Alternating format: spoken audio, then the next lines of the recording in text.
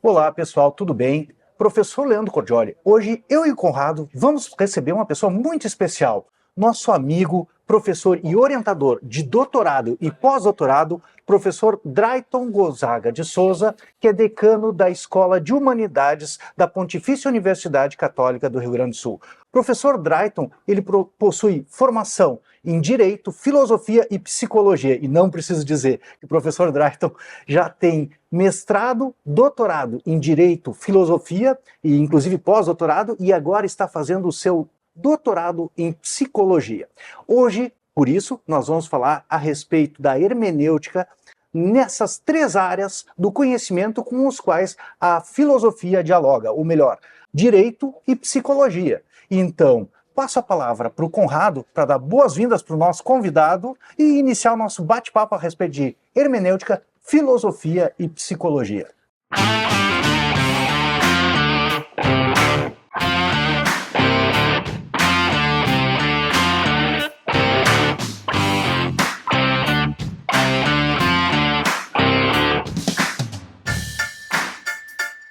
Primeiro, é uma satisfação enorme aqui estar com o professor Drayton pessoalmente, né? Meu grande amigo, meu orientador, meu mestre. E, em verdade, nós já tínhamos gravado um episódio do Diálogos de Direito 2 com o professor Drayton, né? Exatamente. Na época da pandemia. E, então, muito obrigado por tirar esse tempo para estar aqui conosco, professor Drayton. O tema que nós tínhamos mais ou menos conversado seria a hermenêutica, né? E a aplicação, digamos assim, como base filosófica, tanto para a filosofia, para o direito, para a psicologia e para a teologia também, né? Que é a hermenêutica filosófica, em verdade, ela abrange, digamos assim, a todas essas áreas do conhecimento. E já fica assim, uma palavra, professor Drayton, satisfação aí de ouvi-lo. Inclusive, o senhor me desculpe que eu tinha me esquecido, o senhor tem uma formação em teologia também, né, professor? Eu fico honrado com o convite para estar aqui hoje com dois grandes amigos, o Dr. Leandro Cordioli, cuja tese de doutorado eu orientei na PUC-RS, depois fez o pós-doutorado comigo, brilhante jurista, grande conhecedor de filosofia clássica e também do direito, meu amigo, desembargador Conrado Kurtz, Zé Conrado Kurtz, que fez mestrado e doutorado comigo. Tive o privilégio de aprender muito com o desembargador Conrado nesses anos de orientação na PUC e agora é nosso pós-doutorando em filosofia na PUC-RS. Eu sugeri esse tema para a nossa conversa hermenêutica porque ela diz respeito à atividade de vocês, na advocacia, na jurisdição e também a minha atividade como terapeuta, agora psicoterapeuta. E eu tenho me ocupado com essa questão também intelectualmente. Eu estou escrevendo a tese de doutorado na psicologia da URGS sobre a dimensão hermenêutica da terapia. E a palavra hermenêutica vem do grego. Hermeneu é o verbo, significa explicar, interpretar, traduzir. E comumente nós dizemos que a hermenêutica é uma teoria da interpretação. E um diálogo, se eu posso recomendar alguma leitura aos nossos espectadores, para ver onde isso já aparece, em Platão nós temos uma obra pequena, um opúsculo chamado Ion, e no Ion aparece a figura do hermeneuta. Alguns dizem que a palavra hermenêutica viria de Hermes, que seria o deus da mensagem. Então, entre os deuses e os seres humanos haveria um mediador, um intérprete, que é Hermes. Bom, essa é uma possibilidade de explicação. Eu não sei até que ponto ela é consistente, mas pelo menos é dito que é uma possibilidade. E o ser humano, ele permanentemente interpreta. Os senhores e senhoras que estão nos ouvindo agora e nos vendo, estão interpretando aquilo que nós estamos dizendo. E E a interpretação tem a ver com linguagem, a linguagem corporal, mas aqui especialmente a linguagem verbal, seja ela oral, seja ela escrita. Então nós permanentemente interpretamos. Quando um cliente vai ao escritório do Dr. Leandro, o Dr. Leandro ouve o relato, o suporte fático, vamos dizer assim, e já começa a interpretar o que a cliente está dizendo. O Dr. Conrado, na sua atividade como desembargador no TJRS, interpreta permanentemente os casos, os processos que chegam à mesa dele. E nós, na filosofia, temos uma longa tradição, sobre a qual eu vou falar também, de interpretação. E o grande autor da contemporaneidade nesse tópico é Hans Georg Gadamer, um filósofo que nasceu em 1900 e morreu com mais de 100 anos.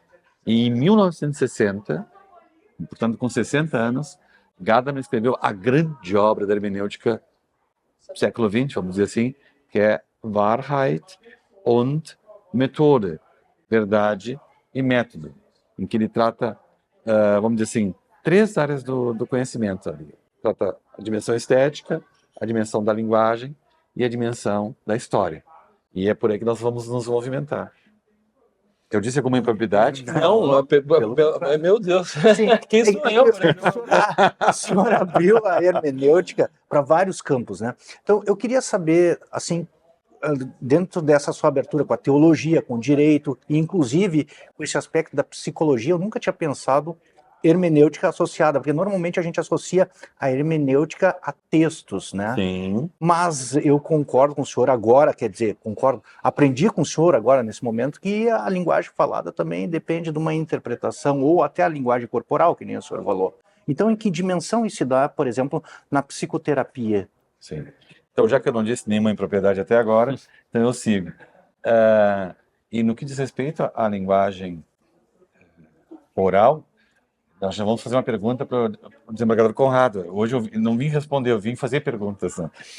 que é um traço próprio da hermenêutica. A hermenêutica ela se ocupa com as questões. Em alemão se usa a palavra Frage, e às vezes as perguntas são muito mais importantes do que as respostas, porque as perguntas, ao longo da história da filosofia, por exemplo, elas permaneceram. As respostas foram mudando do caro. Né? E o Dr. Conrado escreveu um texto, que é a tese de doutorado dele, em que fala da questão da escuta, numa perspectiva hermenêutica. Mas isso, depois nós fazemos perguntas para ele. Mas, doutor Leandro, no que diz respeito à psicoterapia,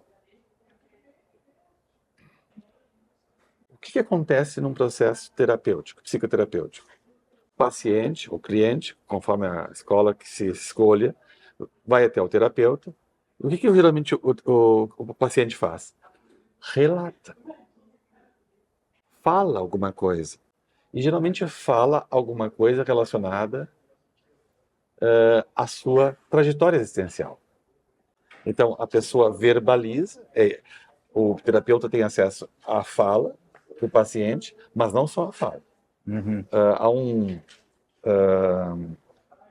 neurocientista alemão que diz o seguinte, Gerhard, muitas vezes não interessa o que o paciente fala, porque nós temos as nossas autoilusões. Então, muitas vezes o paciente diz que está bem, mas ao se olhar o paciente se vê, não, ele não está bem. Se nós observamos a mímica, os gestos, a postura corporal e o tom de voz, já aí constatamos que há uma dissonância entre essa frase, eu estou bem, e o quadro que se apresenta. Então, o que o paciente apresenta para o terapeuta? Apresenta, como se diz assim, na terapia cognitivo-comportamental, a tríade cognitiva. O que ele pensa, o que ela pensa sobre si mesmo, sobre os outros, sobre o mundo, como ela vê o passado dela, como o paciente vê o passado dele, como vê o futuro. Então, o acesso principal que o terapeuta tem ao mundo do paciente é aquilo que o paciente verbaliza. Mas a partir do horizonte de compreensão dele. Eu tenho dito ultimamente que a tarefa do terapeuta, em grande parte, é uma espécie de tentativa, um convite à expansão, à ampliação do horizonte do paciente. Sim. Se o paciente vem, por exemplo, muito negativo, olhando tudo numa perspectiva pessimista, o terapeuta pode ajudar. Mas não haveria outra possibilidade? Tu não entrevês alguns aspectos positivos na tua vida? Essa é a Horizonterweiterung, esse é o termo técnico que nós usamos em alemão, na hermenêutica, para essa ampliação de horizontes. E para isso o senhor tem que ser primeiramente convidado a participar do mundo do paciente. Tem que entrar no mundo do paciente. Tem que entrar. E aí esse, doutor Leandro, é um processo compreensivo, que é outra palavra muito importante para nós na hermenêutica. Nós falamos de erklären, que é explicar, que geralmente isso acontece nas ciências naturais, e o outro processo que acontece nas ciências humanas é um processo de verstehen, que é um processo de compreender. Então, a tentativa de compreender o paciente. Não acontece nas nossas relações conjugais, às vezes nosso cônjuge diz, eu não te entendo, ou ao contrário, tu não me entendes. Então, a nossa interação é feita de processos compreensivos, e esses mal-entendidos se dão na linguagem. Tem uma pergunta que eu tenho certeza que o Conrado quer te fazer, porque ele já tinha me dito, tem que fazer para o Drayton, porque a gente estava discutindo isso agora no fim de semana. E aquela questão da neutralidade, então, que eu acho que cabe... Ótimo. É. Boa indagação. Boa pergunta que você formulou, né? Primeiro, não, mas eu acho que é interessante, né? Porque eu lembro, é interessante no nosso programa, se nós temos, às vezes, visões filosóficas diferentes. Então, isso também acaba gerando um crescimento, né? Porque a gente vai ampliando, é uma coisa bem hermenêutica, por sinal, né? Nesta forma de ver e trocar, conversar no diálogo, a gente também vai ampliando a nossa compreensão. Bom, eu só queria fazer uma menção importante aqui, né? Porque o professor Drayton não somente é um acadêmico, mas ele também é advogado, ele atua na advocacia e também psicólogo atuante também, tem atendimentos e tudo. E o professor Leandro Cordioli, ele hoje é mais professor, está mais na academia do que propriamente na advocacia. Então eu queria deixar também registrado isso, né? Mas essa questão da neutralidade que o professor Leandro coloca, ela é muito interessante, porque assim, dentro deste aspecto do psicólogo, já que nós estamos falando disso, né? Porque nós conversávamos esses dias que nós temos assim, porque as pré-compreensões, nós interpretamos, o nosso horizonte interpretativo, ele traz a intuição da compreensão, ela provém do mundo da vida, digamos assim, ela provém do teu horizonte interpretativo a partir da tua formação dentro de uma família, de uma sociedade, dentro da linguagem, né? Isso aí, digamos, é a hermenêutica gadameriana, né? Que a gente trabalha muito com isso. E então, só que esta intuição, digamos assim, os preconceitos que nós temos, que essa é uma grande discussão assim na hermenêutica, não propriamente o preconceito no sentido negativo, porque justamente o que o Gadamer fez é atribuir um caráter positivo aos preconceitos. Então aquilo já vem, mas tu não tens consciência, digamos assim, a tradição nem sempre te dá a consciência daquela formação, daquela percepção, daquela concepção. E aí entra o que o professor Drayton depois pode até, com muito mais conhecimento e propriedade, é aquilo que se diz que é dentro da filosofia heideggeriana, do mundo, digamos assim, da dimensão hermenêutica e da dimensão apofântica. Né? Quer dizer, a dimensão hermenêutica é uma dimensão que te dá a intuição, mas tu não tens consciência dela propriamente. Aí no momento em que aquilo é, digamos, conscientizado, eu vou usar palavras assim que não são muito hermenêuticas, né? Mas a partir do momento em que aquilo se objetifica através de uma interpretação, uma posição, então já nós estamos dentro do mundo da apofântica, enfim, né? E o professor Drayton pode explicar melhor. E aí a neutralidade, eu acho que ela não é bem um conceito de hermenêutica, ela é um conceito não da hermenêutica filosófica propriamente dito, né? Porque isso nós sabemos todos, sim, não há ninguém é neutro em nada, é impossível, né? Mesmo hoje a inteligência artificial, ela é programada por alguém. E a pessoa coloca, este é um dos grandes perigos, né, da inteligência artificial, é a implantação de preconceitos conscientes, e não os preconceitos que nós falamos na hermenêutica filosófica, né? Então, vejo assim, a neutralidade, ela é um ideal, digamos, um objeto do mundo ideal, mas ela não corresponde à realidade, porque qualquer forma, nós sempre interpretamos a partir da linguagem que é polissêmica. Então, qualquer tipo de interpretação sempre vai ter por trás alguma coisa que nós não conseguimos alcançar, que é uma coisa que o Gadamer coloca, né? Porque em tudo aquilo que é dito fica muito mais do que não é dito, né? E então, por quê? Porque a gente não alcança todo o horizonte hermenêutico. Sempre tem coisas que a gente não alcança. Por quê? Porque esta informação da dimensão hermenêutica que nós não temos consciência e de onde que vem isso? Na nossa formação, na nossa tradição, né? Mas não tradição naquele sentido, digamos assim, historicista, propriamente, exclusivamente, né? Mas naquela formação que aí entra muito do Hegel, né? Aquilo que vai constituindo a tua existência, digamos assim, né? A partir da linguagem, que a tua mãe já começa conversando, teu pai, o gestual, o toque, depois na família no completo, depois na sociedade, depois o Estado, né? Bom, desculpe, eu acabei saindo um pouco aqui, né? Mas eu queria perguntar ao professor Drayton, dentro disso que o professor Leandro coloca, sobre a neutralidade, como é que o psicólogo consegue, entre aspas, esta neutralidade? É possível isso? E é necessário? Pois, exato. E como é que funciona isso aí, professor? Se o senhor é convidado a participar eu acho, da existência mais íntima, né, da pessoa, para ampliar os horizontes dela e levar ela para uma situação melhor, uma cura, né? Ela tem algum problema, então procurou um terapeuta, né, ou alguma questão. Como é que o senhor se posiciona hermeneuticamente dentro desse convite aí? Extraordinário, extraordinário o questionamento, e Dr. Conrado e Dr. Leandro. Talvez eu vá para o início, então. Eu vou partir desse seguinte pressuposto, usando a linguagem heideggeriana mencionada então pelo Dr. Conrado. Nós somos seres no mundo, seres com os outros e seres para a morte. Sobre isso fala Martin Heidegger no Ser e Tempo, Sein und Zeit. Então, significa o seguinte: a nossa existência é finita. Ela é limitada. E o nosso conhecimento, igualmente, ele é finito, limitado, parcial, perspectivo.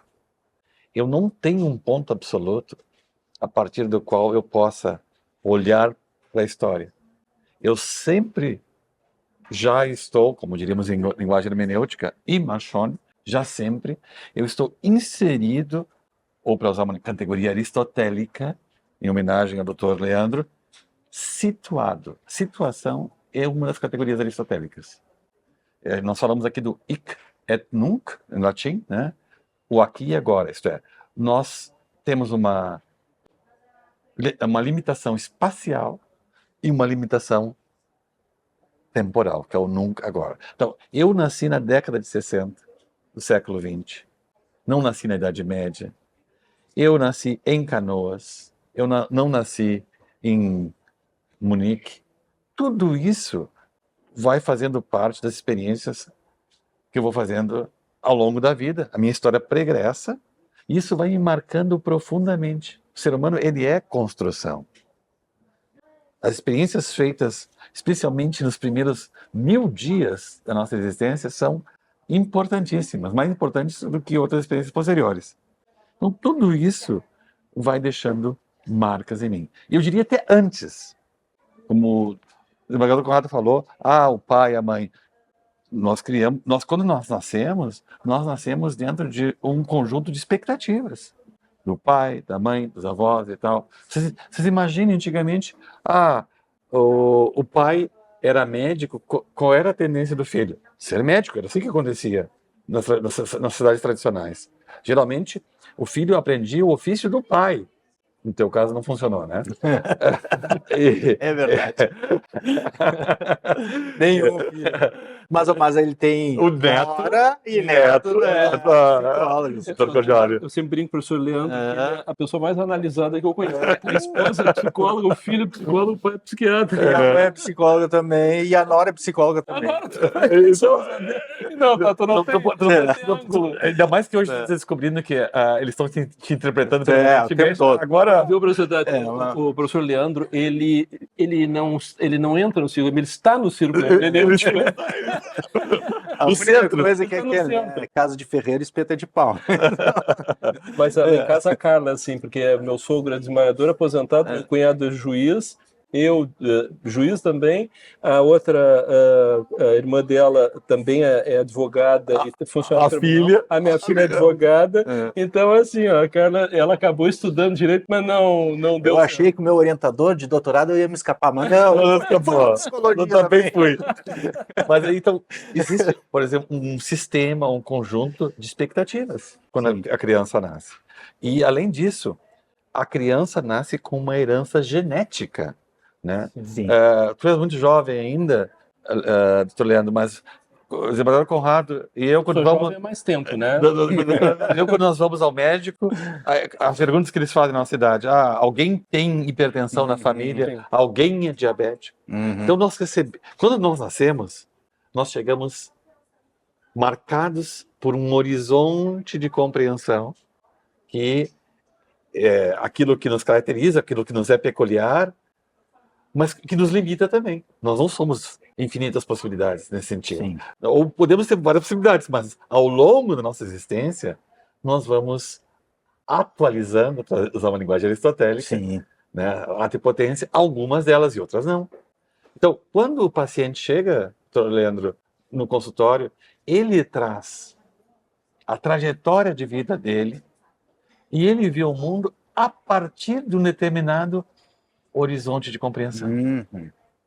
E aí ele está, usando a linguagem agora trazida pelo desembargador Conrado, ele traz uma série de pré-conceitos, nós podemos traduzir também por pré-juízos, que são aquelas convicções que foram adquiridas ao longo da sua existência. Hoje, sobretudo aqui em Porto Alegre, há uma corrente da psicoterapia que é fortíssima, que é a terapia do esquema.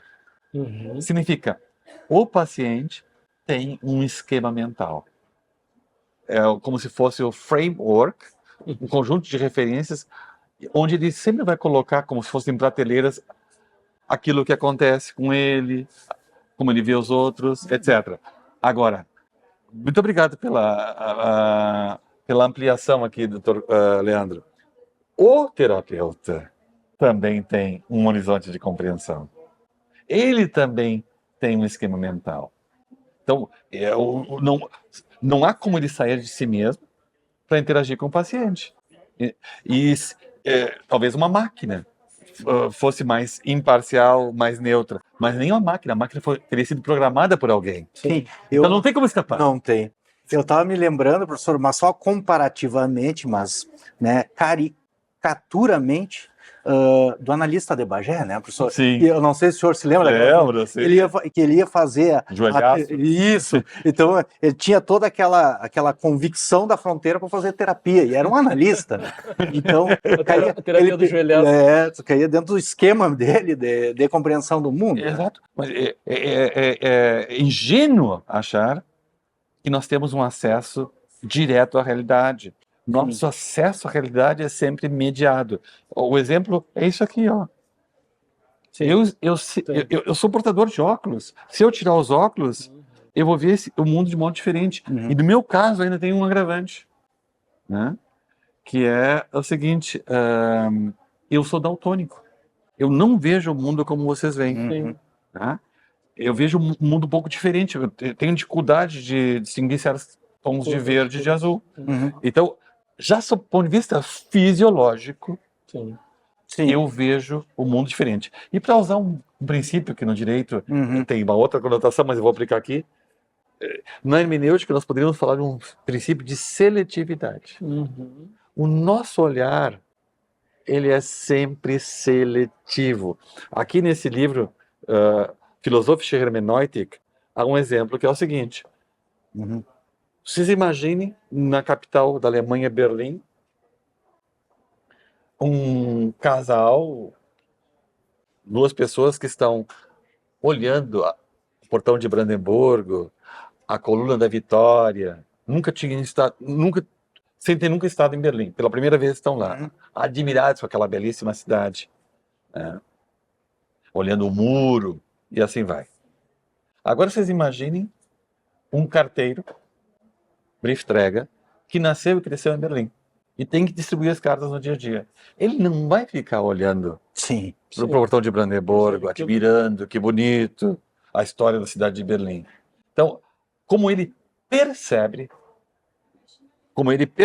Wahrnehmung, Uhum. a cidade, a forma como ele percebe é distinta daquela dupla que lá está olhando pela primeira vez. Então, o nosso acesso ao mundo, ele é um acesso seletivo, é um olhar perspectivo. A perspectiva é alguma coisa de nós que nós colocamos na forma como nós vemos o mundo. E na interação, nossa interação aqui agora, nós trazemos 3 horizontes de compreensão distintos. E o que nós estamos tentando? Um acordo. Me parece que é um acordo mínimo linguístico. Nós estamos conversando uns com os outros, né? Sim. Sim, mas eu complementando a pergunta do Conrado, né, eu lhe colocaria, e como é que então o terapeuta deve se portar, porque me parece, eu tenho um outro grau mais difícil ainda dessa pergunta, porque me parece que a do terapeuta é um pouco parecida com a do jurista, né, então, como se portar, então, aceitar que não vai ser neutro, mas como saber que você está ajudando a pessoa, entende? Você tem que ter um juízo de algo que deve ser melhorado, tem que ter um juízo de algo que é bom e algo que é patológico, né? Que deve ser evitado. Porque você é convidado para conhecer o íntimo da pessoa com a ideia de abrir os horizontes dela, abrir a caixa e deixar que ela veja outras coisas além. Né? Perfeito, Dr. Leandro. Então, qual é a função do terapeuta, do ponto de vista hermenêutico? Eu já falei antes da pergunta.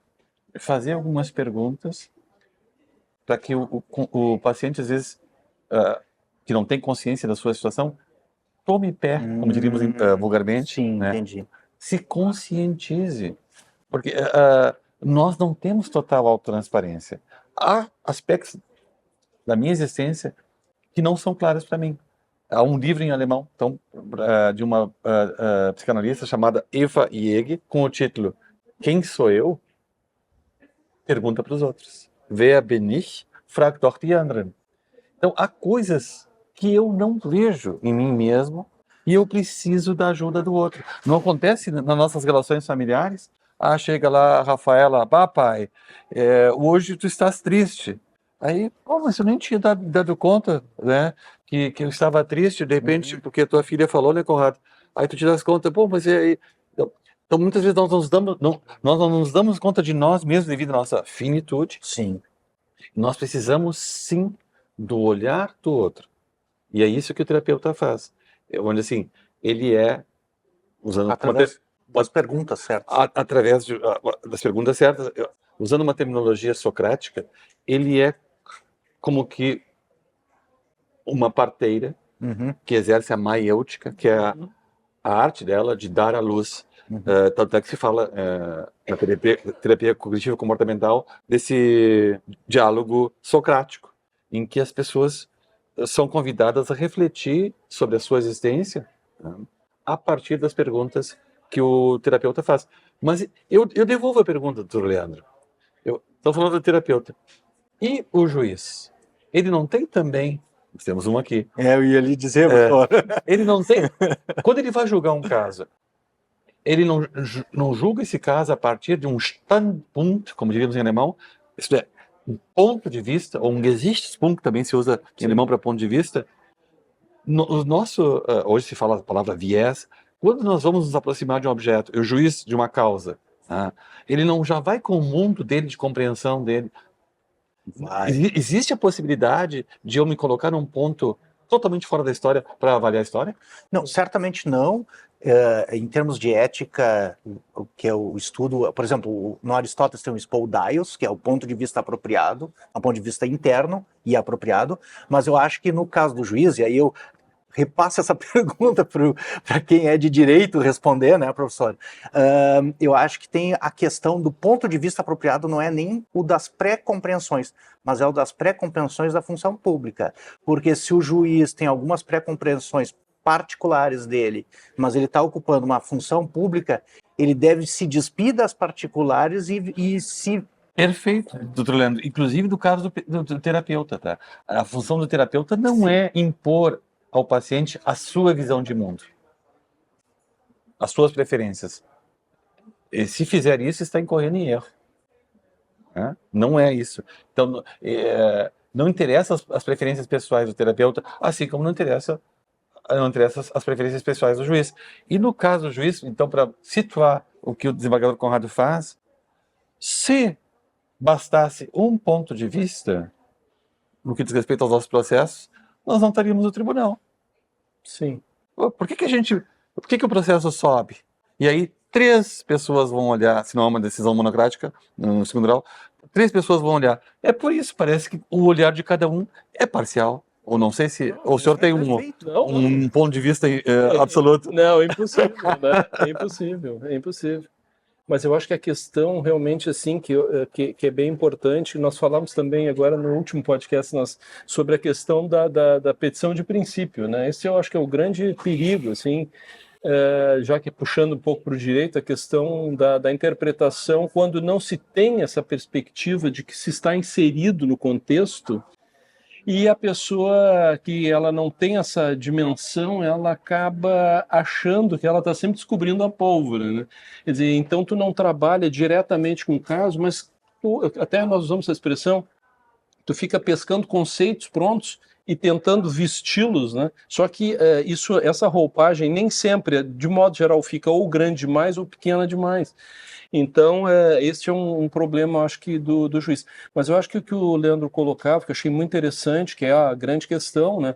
A questão da normatividade, porque o juiz também, evidentemente, que dentro dessa interpretação que a tradição vai te dar, o insight da interpretação a respeito daquilo, mas tu tem uma baliza que tu não pode escapar, que é a legislação, né? Então, tu tem que, assim, tu tens que partir também deste pressuposto que é uma norma escrita que foi feita por um poder que não o judiciário, que é o poder legislativo, que tem legitimidade para a realização da norma.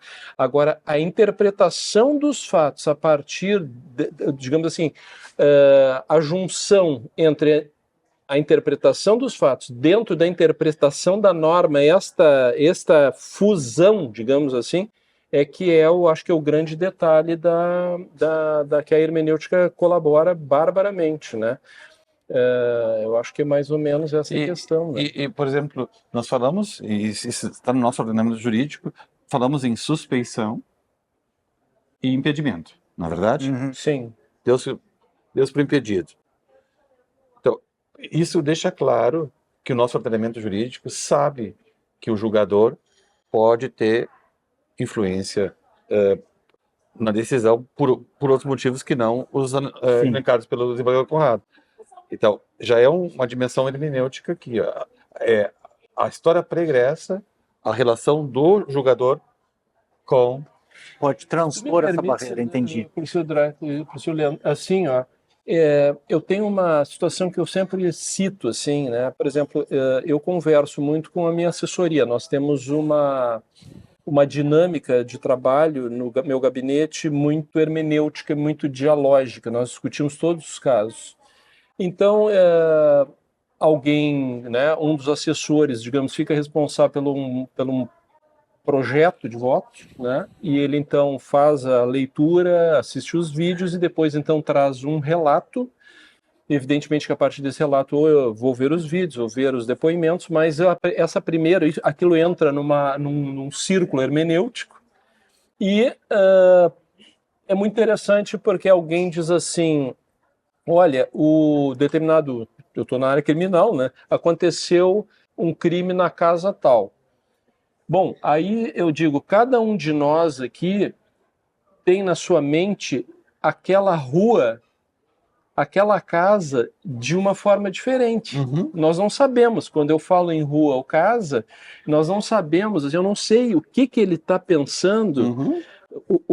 Né, nós somos 6 pessoas, então, assim, o que cada um tem em mente sobre o que ele tem quando se fala em casa, quando se fala em rua, quando se fala numa pessoa de idade ou numa criança, cada um tem um retrato de uma pessoa ou de idade, ou criança, ou rua, diferente. Como é que nós vamos chegar hermeneuticamente a estabelecer uma verdade dentro de que nós estamos conversando? Né? Verdade no sentido assim de uma ideia comum a respeito daquilo. Sim. Então é através do diálogo. E eu acho perfeito o que tu dizes, caro Conrado. Aqui nós temos um termo que é importante, que aparece em Heidegger e aparece em Gadamer, que é a noção de mundo. Welt. E mais do que o mundo, o nosso mundo circundante, Umwelt. E aí está a nossa limitação. Nós somos seres situados, retomando o que eu disse. E aí, para exemplificar isso na literatura, eu posso falar do conto do Canário, em Machado de Assis, a gaiola como sendo o meu mundo circundante. Conto belíssimo. Nosso colega e amigo Leno Streck aborda esse conto em uma de suas obras. E poderíamos mencionar também um filósofo alemão, que é Nietzsche. Nietzsche, na Aurora, Morgenröte em alemão, ele tem um texto com o título Gefängnis, prisão. Nós todos estamos aprisionados, vamos dizer assim, no nosso horizonte de compreensão. É sobre isso que ele fala. Ele usa a palavra duas vezes, a palavra horizonte, depois horizonte no plural, tá? Horizonte em alemão. Então, é como se nós vivêssemos numa prisão. A nossa visão de mundo, ela pode nos aprisionar de tal forma de que nós não vamos ver mais nada além daquilo que a gente vê. E é por isso que na atividade do juiz, na jurisdição, nós temos um olhar a mais no que diz respeito ao tribunal. O juiz julgou, mais 2 vão analisar o caso. No caso, analisar a causa. No caso da psicoterapia é exatamente isso. Às vezes o paciente está tão preso, tão circunscrito à sua visão de mundo, que precisa de uma ampliação de olhar. Sim. Mas, por exemplo, será que a pessoa que fez essa crítica a ti não tem alguma razão em algum ponto, né? Ou será que, por outro lado, essa pessoa que está te criticando, ela não está sendo excessiva e isso está te afetando equivocadamente, porque a posição dessa... Se uma criança, ela ouve desde a infância, né, palavras depreciativas, não precisa perguntar para vocês se isso vai deixar marcas ou não nessa criança. Imagina se teu filho, amado filho, se recebesse palavras sempre negativas de ti e de tua esposa. Isso teria marcado a trajetória dele terrivelmente. E há pessoas que ouviram isso ao longo da sua existência. Só crítica, só exigência. A pessoa que era definida não por ser pessoa, mas pelo desempenho, culto à performance. Fazer com que essa pessoa descubra, não, eu sou mais do que a minha performance. Eu tenho valor intrínseco, eu tenho uma dignidade. Então, professor, só para chegar num ponto aqui, parece que é até a um consenso, né? E eu acho que exatamente, se a gente não tem acesso a todo mundo enquanto verdade, pelo menos, que é o que o Conrado trouxe, a gente consegue ter um acesso consensual, pelo menos. Aproximativo. Mas o aproximativo intersubjetivo e dialógico, entende? É isso que eu... Assim, uma forma de ter acesso, se não a toda a verdade, mas ao mundo, de alguma forma, se dá pelo outro também, né? Que é o que ele fala, que é tipo, eu com os meus assessores e tem a Câmara, mas eu tenho impressão na psicologia também, porque lá em casa, alguns dos psicólogos têm, como é que é, um assessoramento com um psicólogo mais Essa antigo. previsão. E, Exato. e aí, Exatamente, porque como se fosse o ciclo rural da jurisdição. Tem que ter uma... Vai até outra pessoa. Ou, às vezes, o próprio paciente, olha, eu fiz terapia com esse terapeuta por um tempo, eu vou procurar outra abordagem, outro enfoque. Então, isso acontece também. mas a supervisão é bem quase como um segundo grau mesmo, porque o terapeuta absorve todas aquelas né, colocações do paciente e aí procura um outro terapeuta para ver como resolver e como lidar com isso. O que procura? Um olhar adicional sobre a mesma questão. Mas agora, eu vou lembrar Aristóteles aqui, que tu conheces muito, muito, muito bem. Aristóteles, e essa frase é retomada por Martin Heidegger. Ele diz o seguinte: o ente, ou o ser, como queiram aqui a tradução, é to on em grego, legetai polahos. O ente é dito de várias formas. Então, a realidade, o real, ele é riquíssimo e multívoco, vamos dizer assim. Por isso que o nosso conhecimento da realidade, ele é sempre parcial e aproximativo. Mas eu não gostaria de cair aqui num relativismo total, no historicismo. Isso não. Porque nós temos que chegar a acordos, mas baseado num autor alemão chamado Marx Gabriel, que é professor em Bonn, com o qual estou encantado, há coisas que não dependem de nós, que são pré-dadas, tá? Sim, existe o mundo, como o Tomás de Aquino diz aí, né? Existe o mundo e o líquido, ele é colocado dentro do recipiente, então a gente recebe, ele toma a forma do recipiente, né? Isso. E o ser humano é um recipiente nesse sentido. E na Idade Média tem o famoso axioma: tudo aquilo que é recebido conforme o recipiente. Quid recipitur, ad modo recipientes recipitur. Então, nesse sentido. Mas nós não estamos aqui agora, vamos dizer assim, há coisas que, dizendo assim, a realidade é mera construção nossa. Não, nós temos que pressupor algo anterior, que é o grande debate entre o justnaturalismo e o positivismo jurídico. Né?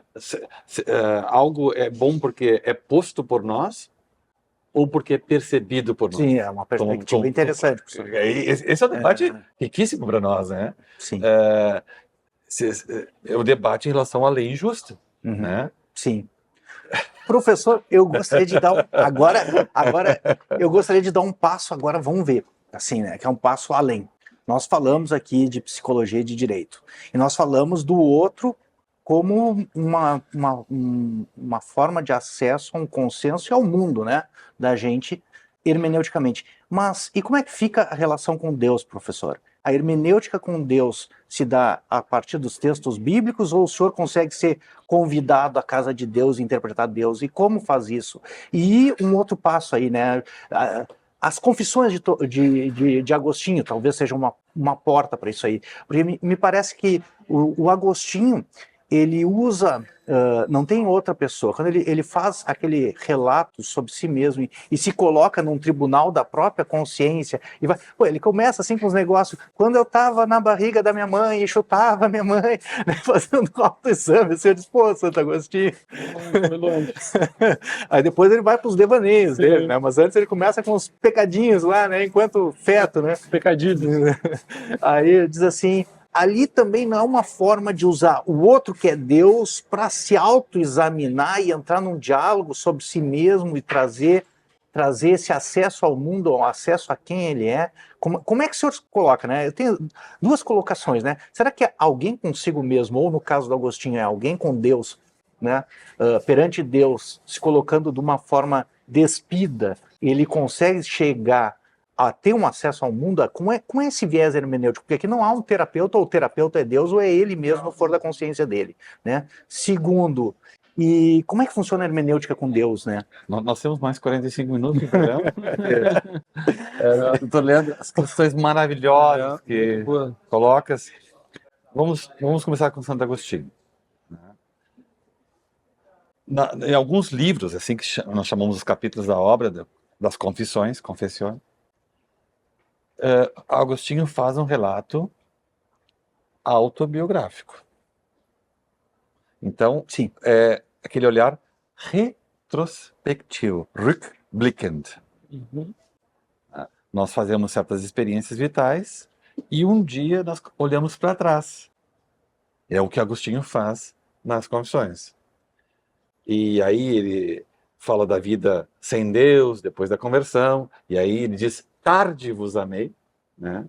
E chega à conclusão que o coração, cor inquietum, coração inquieto, o coração dele estava inquieto enquanto não repousou em Deus.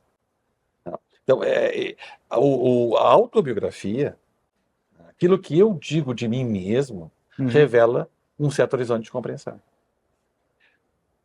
Ele, a partir das experiências feitas ao longo da existência, ele tem um ponto de vista a partir do qual ele vai julgar a si mesmo. Nós não dizemos popularmente que ninguém é bom juiz De si mesmo. de si mesmo, Uhum. né?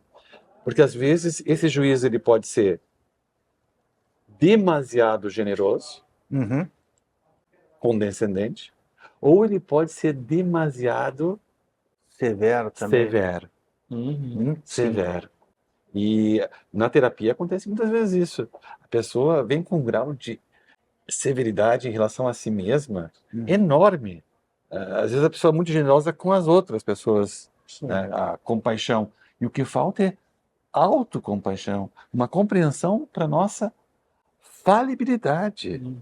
Então a pessoa chega com um grau de exigência, como dizemos popularmente, sarrafo lá em cima. Aí a tarefa do terapeuta é fulana, menos. Sim. Menos. Porque às vezes isso tem a ver com aquele conjunto de expectativas que foi colocado nessa pessoa, que tinha que sempre performar, né? Sempre muito, muito bem, alta performance. E vamos assim, desarmar um pouco a pessoa. Santo Agostinho, talvez o grau de exigência dele nas confissões seja elevado. Mas aí está, olha, ali nós temos um princípio hermenêutico novo, porque ele começa a olhar a vida dele numa outra... Sim, a conversão é tipo Paulo e Saulo. A conversão é metanoia, tá? Em grego, que é umkehrung, que é uma mudança Sim. de sentido. Assim, Sim.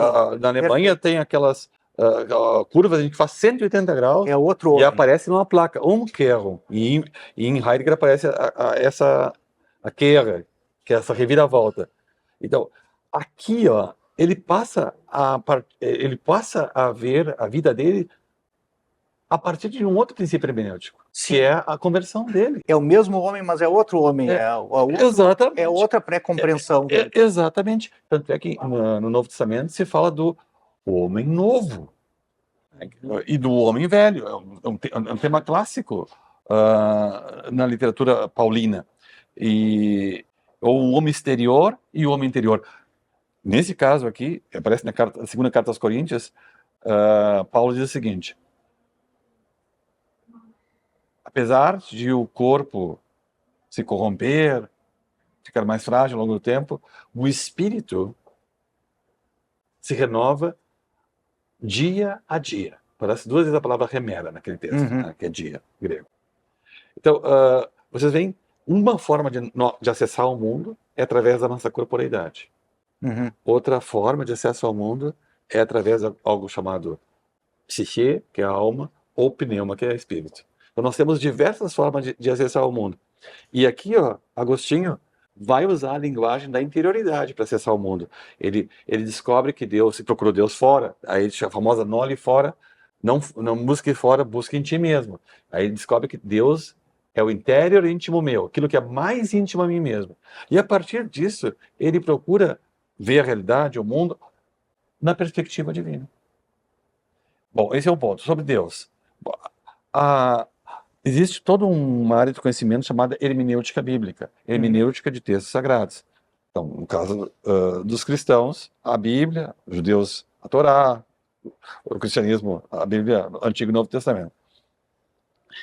E aí se desenvolveu em grande parte a hermenêutica. Tanto é que esses autores mencionados por nós, alguns deles eram luteranos e exegetas.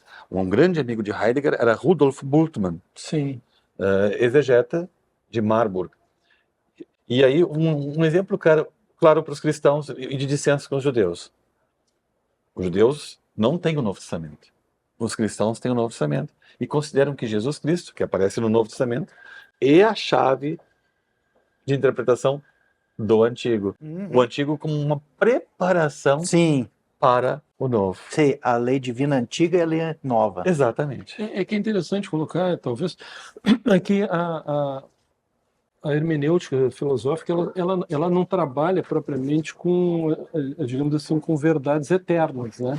Até aquilo que tu tinhas mencionado, né, no início, que traz assim um horizonte interpretativo é a nossa própria finitude, né?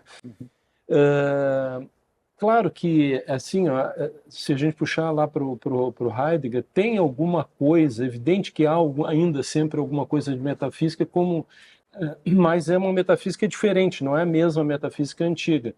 Por exemplo, o que o Marcos Gabriel coloca ali a respeito, tem mais alguma coisa, em algum ponto, há alguma coisa que é fixa, senão estaríamos sempre dentro de um solipsismo, dentro de nós mesmos, né? Nós gerando o mundo, né?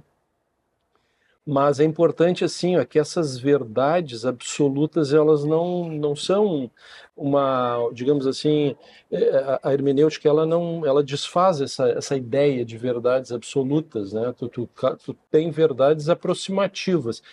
E aí entra, eu acho que é interessante só para trazer essa questão da questão do relativismo, né? Aí sim, muita gente entende que alguns críticos da hermenêutica colocam que a hermenêutica ela é relativista, porque senão cada um teria uma visão, etc. e tal, e não é verdade.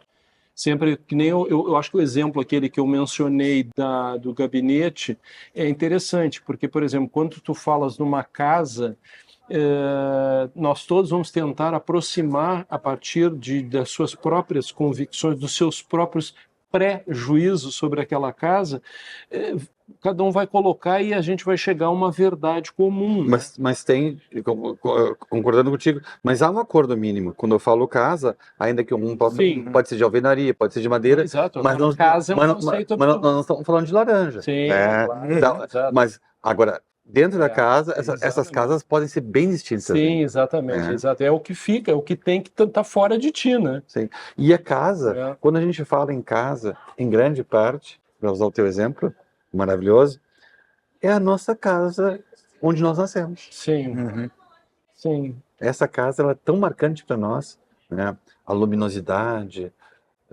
os odores. Sim, sim. Né? Nós temos uma noção espacial que vai se criando a partir do nosso entorno, né, doméstico, né? Não, é que entra, eu acho que isso nós tínhamos conversado, eu e o Leandro, a respeito, por exemplo, da inteligência artificial, que ela traz, de fato, ela traz também uma certa interpretação e muita coisa. Só que o mundo da inteligência artificial, ele é um mundo de dados. Ele não é o mundo propriamente que é o nosso mundo, né? Nós não vivemos no mundo da inteligência artificial, ela vive no nosso mundo, né? Quer dizer, ela pertence ao nosso mundo e não nós pertencemos ao mundo dela. Então, essa formação, por exemplo, até o Byung-Chul Han, ele coloca uma expressão muito interessante, uma frase dizendo que a inteligência artificial não se arrepia.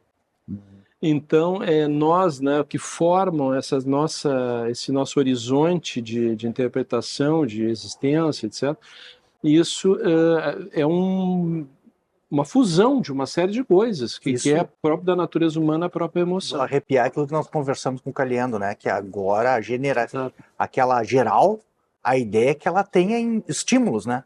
Inclusive, é que ela seja reforçada com aí premiação e realmente punição dentro dela. Não, esse Então, daqui a pouco está se arrepiando a inteligência isso é artificial. Né? assustador, né? Porque realmente aquela conversa com o professor Calhendo foi muito assustadora.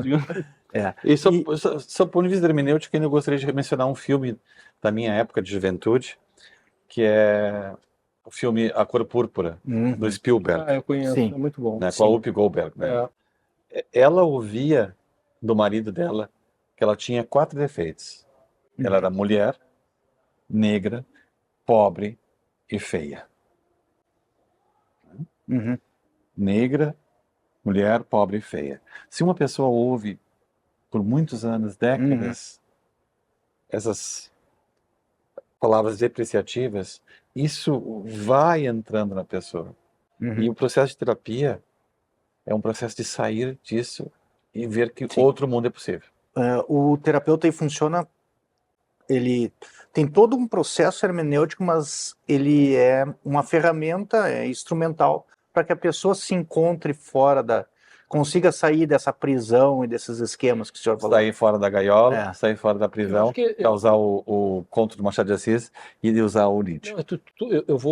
Mas não dá para sair totalmente. Eu vou citar o Drayton para o próprio Drayton, que esse tempo ele disse assim, olha, o que a terapia oferece é uma outra perspectiva daquela visão. Isso. Né? Porque eu acho que a grande dificuldade talvez seja exatamente aquela, digamos assim, a pessoa vem, né, que vai procurar uma terapia, ela tem uma visão muito consolidada, muito ideológica, né, com muita ideologia de determinada, ou seja, ele tem uma perspectiva daquilo e a terapia eu acho que oferece outras perspectivas. Eu tenho a impressão que tem Isso. Né?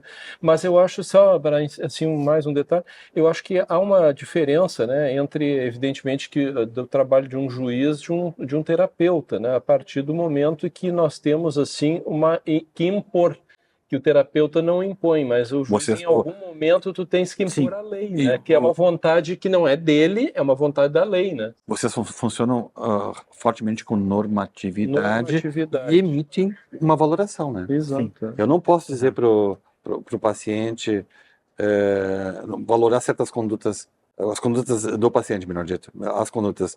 E nós, o julgador, vai ter que valorar. Sim. Inclusive vai ter que punir, em muitos casos, e estabelecer uma pena. Sim, né? E essa pena, ela vai ter, inclusive, tem uma dosimetria, uma medição de como vou estabelecer isso, né? Então, essa é uma grande diferença entre o juiz e o terapeuta. O terapeuta não precisa fazer isso. Sim.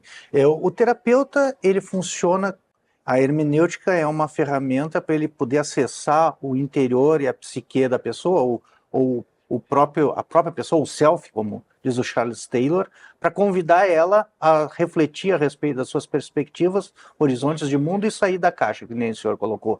Mas eu gostaria também de chamar a atenção, mesmo no caso do psicólogo, ainda que ele não deva impor ao paciente a sua visão de mundo, ele também é um ser guiado por normatividade. Normatividade que vem da ética, os valores que ele tem, a normatividade decorrente do exercício daquela profissão. Sim. Então, tem um código de ética subjacente à atividade do terapeuta. Então, sem normatividade também não funciona. Sim, e tem a normatividade do saudável e do patológico também. Já começa quando a gente estabelece que essa conduta ela é patológica, ou esse estado mental é patológico, nós já estamos usando uma norma, né? Sim. Tanto é que isso muda com o tempo. Certas, Sim. Né, que era considerada patológica. Bom, mas no que diz respeito a Deus, tá? Eu vou fazer um comercial já. Dia 13 de setembro, um monge beneditino, que é doutor em teologia, chamado Anselm Grün, nós estamos aqui numa livraria, deve haver muitos livros dele aqui, há mais de 50 livros dele trazidos para o português. estará conosco na PUC e vai proferir uma palestra gratuita. E aí, Anselmo Grün fala sobre isso. O nosso entendimento, ele é limitado para captar, para abarcar o infinito. Deus Sim, é considerado perfeito. Então, o nosso conhecimento de Deus é sempre aproximativo. Tanto é que Paulo, numa carta, fala: nós vemos como que por um espelho. Imagina como é que eram os espelhos no primeiro século da nossa era. E um dia veremos face a face, como ele é. E aí parece estoma prós estoma. Face aqui foi usada uma figura de linguagem, é boca, na verdade, boca a boca ou face a face. Então, Anselmo Grün escreve isso. Se você pegar um texto do Novo Testamento, e Jesus Cristo para os cristãos é considerado Filho de Deus, como é que ele fala de Deus? Ele fala de Deus por meio de metáforas. Ele é o bom pastor. Senhor, ou como ele se diz o bom pastor, né? Mas no Antigo Testamento, Salmo 23, o Senhor é meu pastor. Então, e aí um autor contemporâneo chamado Ricoeur, Paul Ricoeur, escreveu muito sobre isso. Ele escreveu um livro sobre a metáfora. O título do livro é Metáfora Viva. A linguagem bíblica é perpassada por metáforas. Já que eu não posso compreender quem Deus é no infinito, então eu digo: Deus é meu rochedo, como aparece no texto bíblico, o Senhor é meu pastor, e assim vai. Sim. Então, já Xenófanes, na Grécia Antiga, sabia isso. Se os pássaros tivessem a capacidade de representar Deus, Deus seria um ser com asas, seria um ser alado. Sim. Então, qual é a nossa condição humana em relação a Deus? A nossa concepção de Deus é uma concepção humana. É o que nos sobra. Então, esse conhecimento, ele é aproximativo. Se, como diz um autor, se eu compreendo, se eu abarco, então não é mais Deus. Perfeito. Então, eu gostaria de agradecer muito a sua presença e gostaria de saber se o senhor quer deixar uma última palavra para o pessoal que nos assiste. Pode ser para aquela câmera, né? Eu convido aos nossos espectadores aí a acompanharem esse canal do Dr. Leandro Cordioli e do desembargador José Conrado Kurtz. Aqui há vídeos preciosos. Eu sou um frequentador desse canal. Muito obrigado, professor. O senhor é muito generoso, como sempre. Conrado, uma última palavra. Então tá bom, eu queria agradecer ao professor Drayton, né, novamente, de ter nos dado esta aula maravilhosa, sempre, né? Sempre me abebero dos conhecimentos do meu orientador, que tem sido uma convivência maravilhosa. E também agradecer a ti, Leandro, mais este encontro nosso aqui dos diálogos de Direito e Filosofia, e tenho certeza que o pessoal vai gostar demais, porque o tema hermenêutica abrange muitas dimensões e várias áreas do conhecimento. Então, pessoal, eu vou encerrando mais esse episódio do Diálogos em Direito e Filosofia, em que nós falamos da hermenêutica nos campos do direito, da psicologia e mesmo na teologia. Muito obrigado por ter acompanhado mais esse episódio. Um grande abraço, professor Leandro Cordioli.